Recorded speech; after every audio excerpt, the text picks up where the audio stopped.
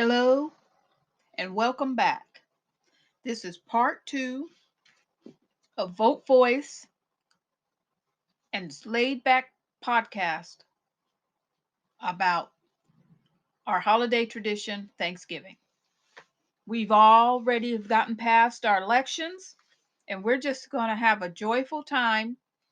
And I just want to share with you my experiences and what I know about a Thanksgiving dinner. I hope that it helps someone. I know when I was a young woman, we did not have as many resources as we have now. There were cooking shows and things like that, but basically you had a book and, the cooking shows came on at a certain time. Now we have access to so much and it's wonderful. I'm Donna Miller. This is Vote Voice.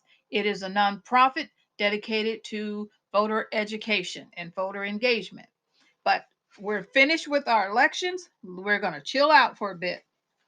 Next year, we're going to get started again talking about our elections. Now, I went over our menu. This is the basic menu, and I added a couple of things. But basically, you got your turkey, your stuffing, your mashed potatoes, your gravy, your green beans, corn, dinner rolls, your cranberry sauce, and your pumpkin pie. And then we have variations on that. And we're going to get to that. Now, right now, we're going to get to the green beans. Now, you can have any kind of vegetable you want. But we're going to talk about the tradition of the green beans. Now, we're going to talk about the green bean casserole. Okay. Now, you have to cook it about 40 minutes, and it doesn't take long to whip this up at all. You get your green beans, they can be fresh or they can be in a can. You're going to get your condensed cream of mushroom soup, 3/4 cup of milk. Okay. You're going to have just seasoned salt and pepper. Okay. You can buy your green beans in a can. It's up to you. 1 can, 2 cans, frozen, fresh. It's up to you. If they're fresh, remember you're going to have to prepare them a bit. I would boil them for just a bit. Maybe 5 or 10 minutes. Okay, then take them out, drain them, and then stick them in your casserole dish or in your bowl so you can mix it up when we get to that. You can season them any way you want. And you're going to need your crispy fried onions. Okay, so that is a big deal Christmas time. Now you're going to preheat your oven to 350 degrees. Now, by the time you get to these green bean casseroles, your oven is already cooking. Okay, you just have to make sure you have the room. You can just it's best thing to do is to do this in the oven. Okay, you're going to mix your mushroom soup, your milk, and your pepper. Okay, you can mix it in your baking dish. You're going to stir in your green beans, and you're going to put in like 2/3 cups of the crispy fried onions. Now you're going to bake this for up to 30 minutes or until it's hot. You use the remaining of your onions right on top, right at the end, and just let it bake for 5 minutes until it gets brown. Now you can prepare this this casserole ahead of time, right? This is something most of this you can prepare ahead, most of your meal, except for your turkey, where you got to break, if you're gonna, you can wash it and season it and put it in a bag and put it in the refrigerator and get it ready ahead of time. Okay. You can, like I said, you can make your green bean casserole with frozen or thawed, frozen or canned or fresh green beans. Okay. Um, and like I said, just bake those fresh for about 5 minutes. Now, corn. You are going to have some corn. You know that you can steam your corn, you can use can, you can boil your corn. I like to oven roast it. And what I do is I love, holidays. Hopefully, we'll have plenty of corn this year. But if not, use your frozen. You can also buy the little mini corn on the cobs, okay? Or long corn on the cobs. And you can still roast them, wrap them up in foil, use whatever you want on it. butter or olive oil, and do not salt it. When you roast that corn, it has a beautiful flavor. If you buy corn that's already in its hull, you can roast that corn right in the hull. Okay?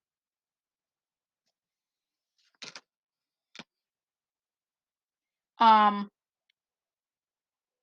you just have to remove the dry leaves and the silk when you're oven roasting that corn. Wrap it up in foil. I wrap mine up in foil if I'm going to put it in unshucked. I just clean it, cut off the edges, wrap it up in foil to protect it so the husk and everything won't burn, that the shuck won't burn. I put some oil right over it and just wrap it right up. It's just beautiful. You can make your corn any way you want. Season it any way you want. You can put carrots, you can have peas, you can have any vegetable that you want. Remember, you can buy them canned, fresh, or frozen. Okay, so that's the corn.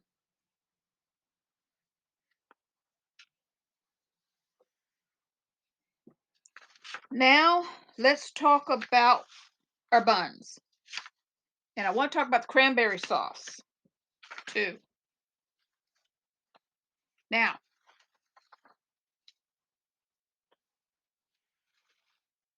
let's do the buns and then we'll do the cranberry sauce at the end.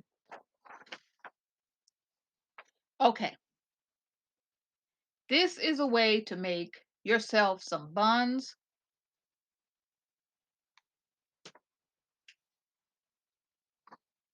Wait a minute, let me see.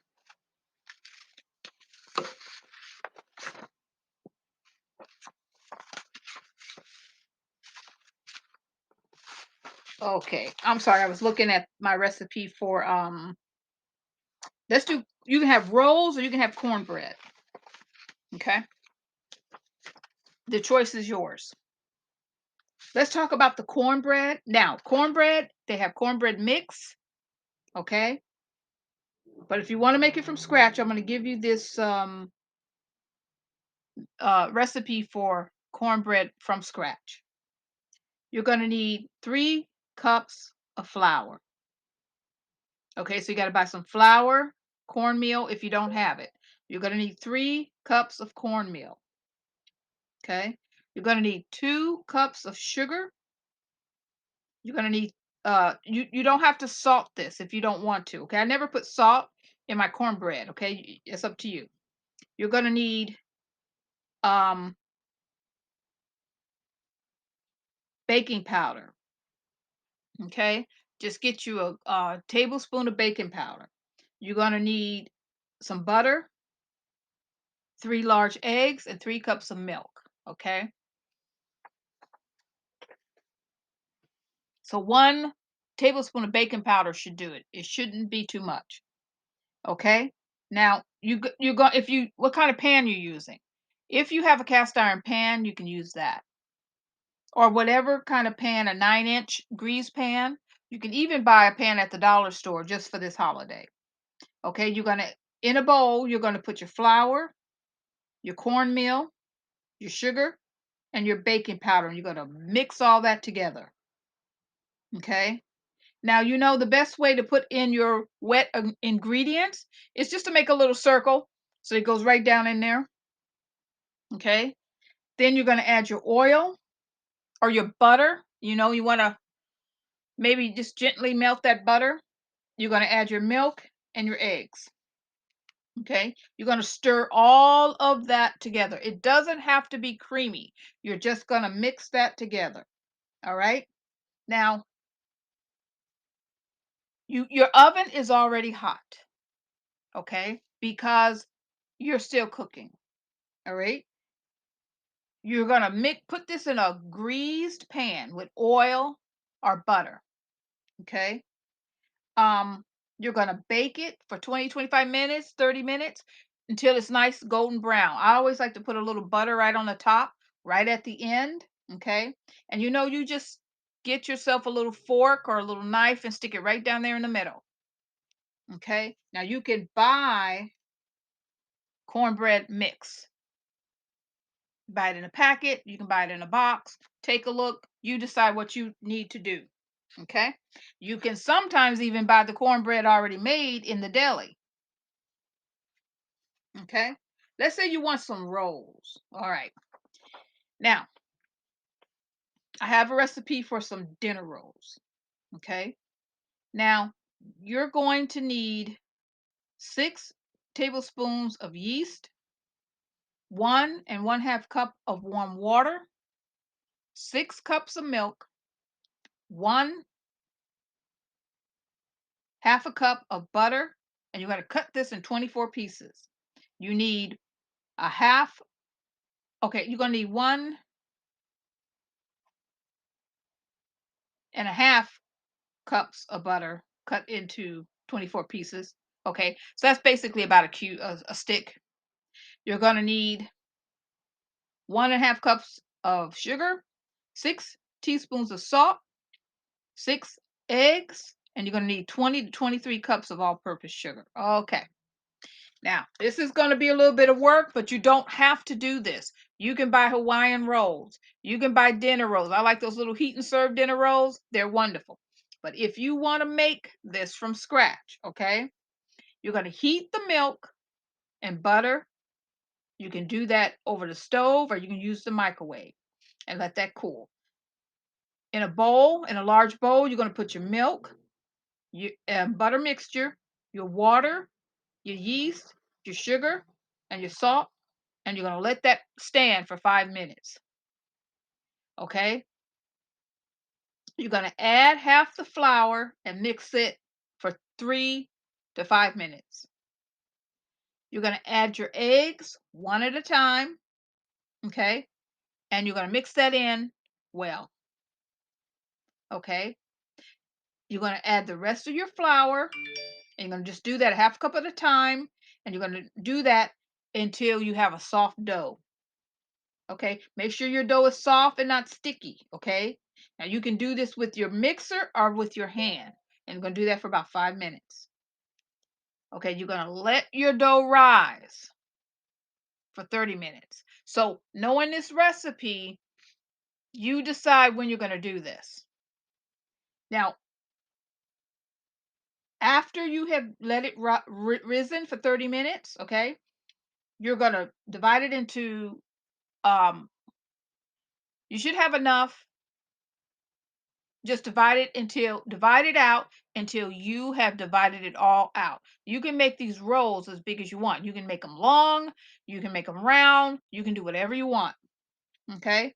You're going to, as you divide it out, you're going to roll each piece, okay?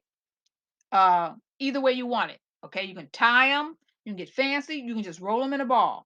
And then you're going to, if you want to just roll them into a little ball, make them round like a biscuit, and you're going to put that on a greased pan. Okay, now try to get a little bit of a deep pan because they're going to rise up and you don't want them spilling up. All right, you can put them in your skillet, you can do whatever you want, a nice long uh, baking pan that has a rim. Okay, now you're going to let, after you put everything in the pan, all of the pieces, as many pieces as you want, you're going to let it rise. Okay, you might have, it depends, sometimes you don't have a lot of room, sometimes you don't have a lot of pans, but you can maybe get a pan at the dollar store that's long enough, and you can decide what shape you want and let that sit and rise for another 30 minutes. Okay, you need to let them double in size. Okay, you're going to have a hot oven, it should be 400 degrees. Okay, you're going to watch them. They may take 15 to 20 minutes, but watch them. You want the top to get nice and brown. Okay, Jen, once they're nice and brown, and you can tell when that bread is ready. You're just going to remove that from the oven. And again, I love to put some butter on it, but you can put whatever you want on your rolls. Okay, so we've got the cornbread. Okay, if you want to make sweet rolls, now you can make that from scratch. Okay, you can use biscuits or you can just buy the sweet rolls. Okay, um, in the store. But I always use just some buttermilk biscuits. Okay, I get me some cinnamon, some brown sugar. Okay, uh, I don't really like raisins, but you can put raisins or nuts or anything you want. You need an egg. You need some powdered sugar. All right, and you're going to need some water. Now, what you're going to do again, you're going to have a preheated oven. Okay, you want to take your biscuit out, stretch it out.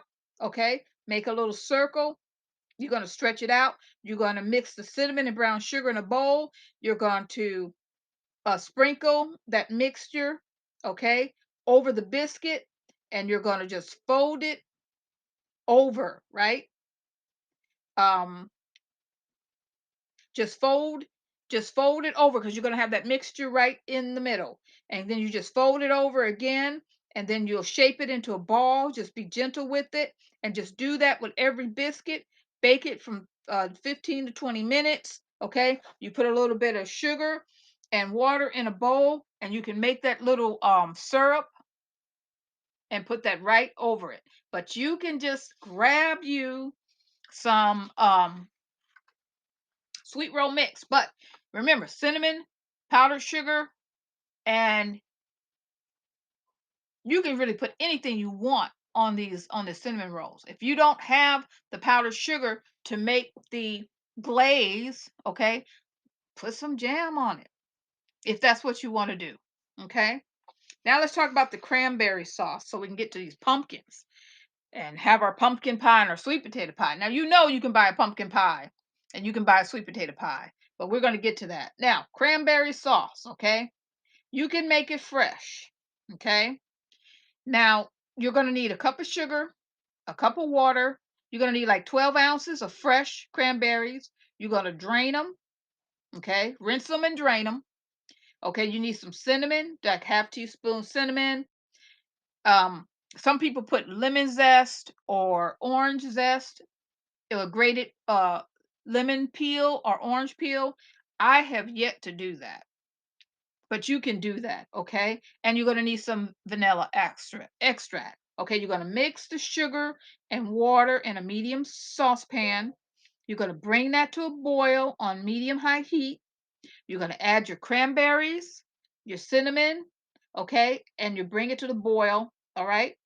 Um, if you want to grate your lemon or your orange peel, put that in there. Okay, you're going to reduce the heat to a medium and low, simmer for 10 minutes or until the cranberries burst and the sauce begins to thicken. And you can just stir that until it's ready. Okay, after you remove it from the heat, you stir in the vanilla, you let it cool, you refrigerate until it's ready. It's something to try. But you know what I do? I love the gelled. Okay, this is the fresh round cranberries, and so I'm not that big on that, but some people like it. My kids like it, so I try to have two, the round and the gel. But I just buy it in the can, and you can do that too. But I also like to have the option to spend a little bit more time in the kitchen if I have the time, because it's always wonderful to do that. Okay. Okay, let's do these pies. Okay. We already talked about the cinnamon rolls.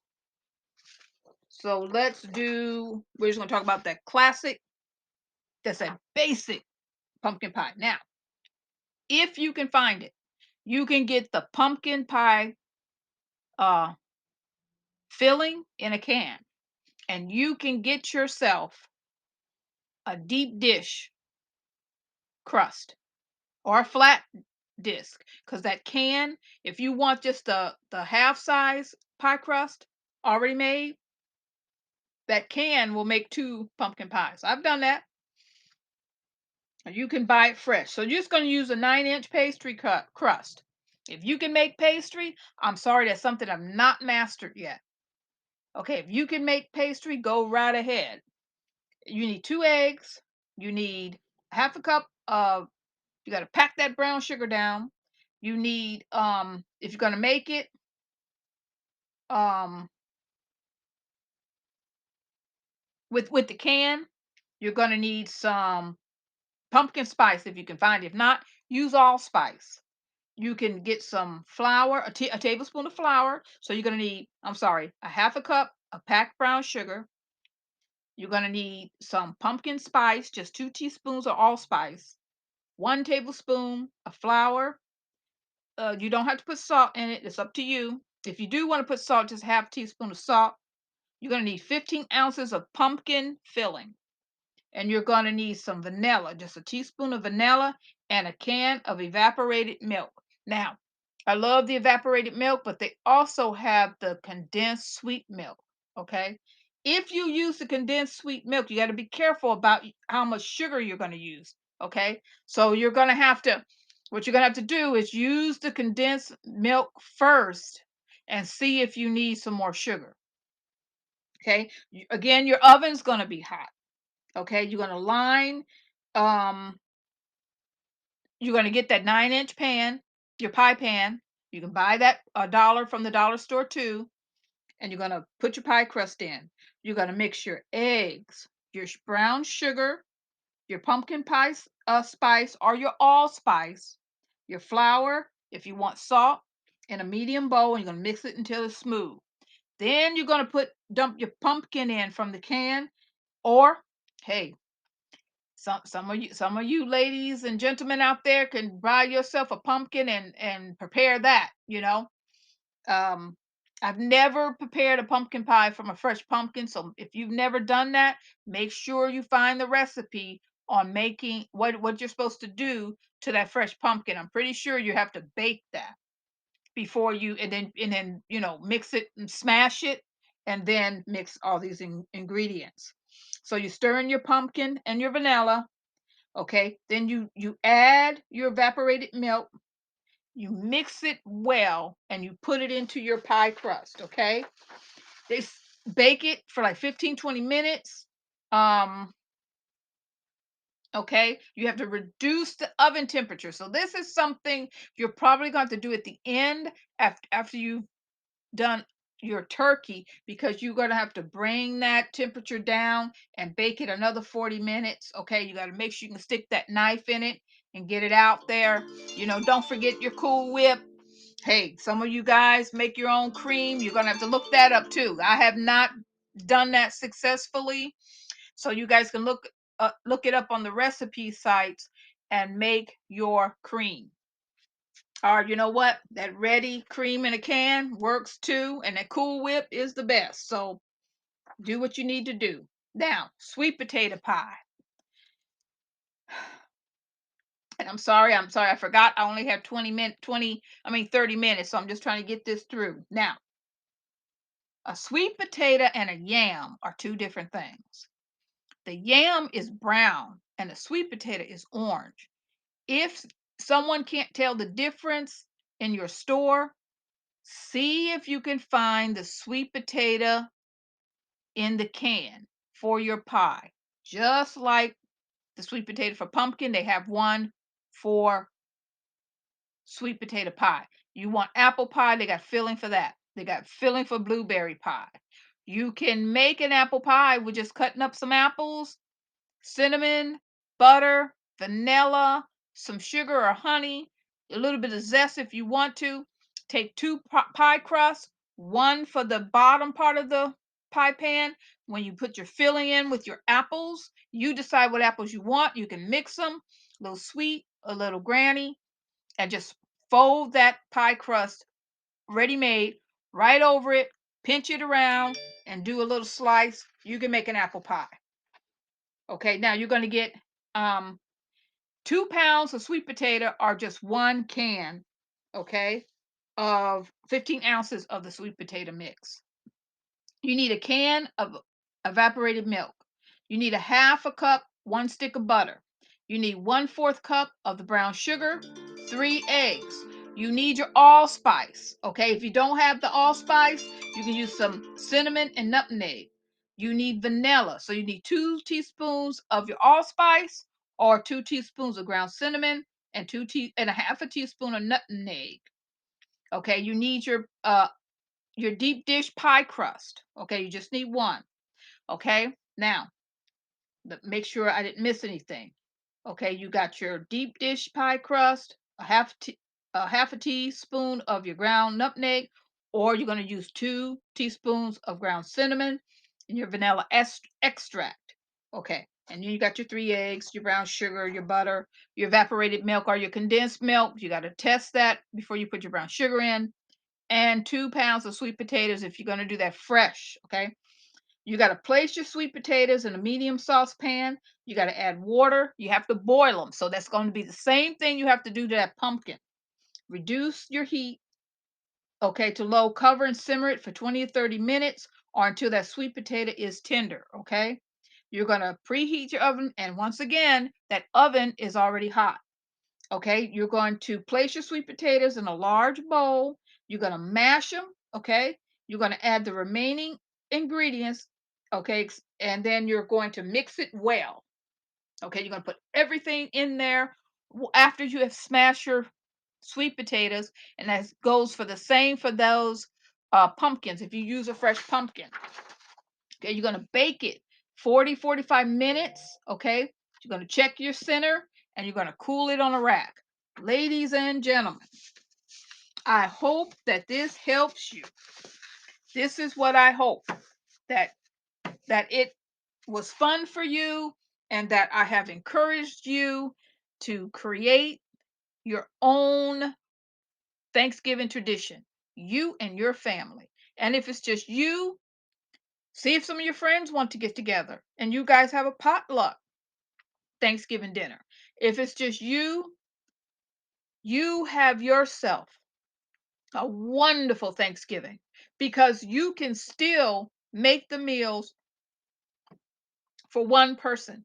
You can buy a turkey breast. You can split that breast in two and store one in the freezer, and you can use that for Christmas if you want to, or use it for sandwiches, or bake the whole thing. You know, you can't eat a whole turkey breast by yourself, and split it up and use it for sandwiches or anything that you would like to use it for. Do not sit there alone. Make yourself a meal the best you can. And if not, find out a place, if there's some place that's open for you to have a meal. I want you to just have joy and love in your life, okay? It took me many years to not be embarrassed when I went into a restaurant and had to take a table for one.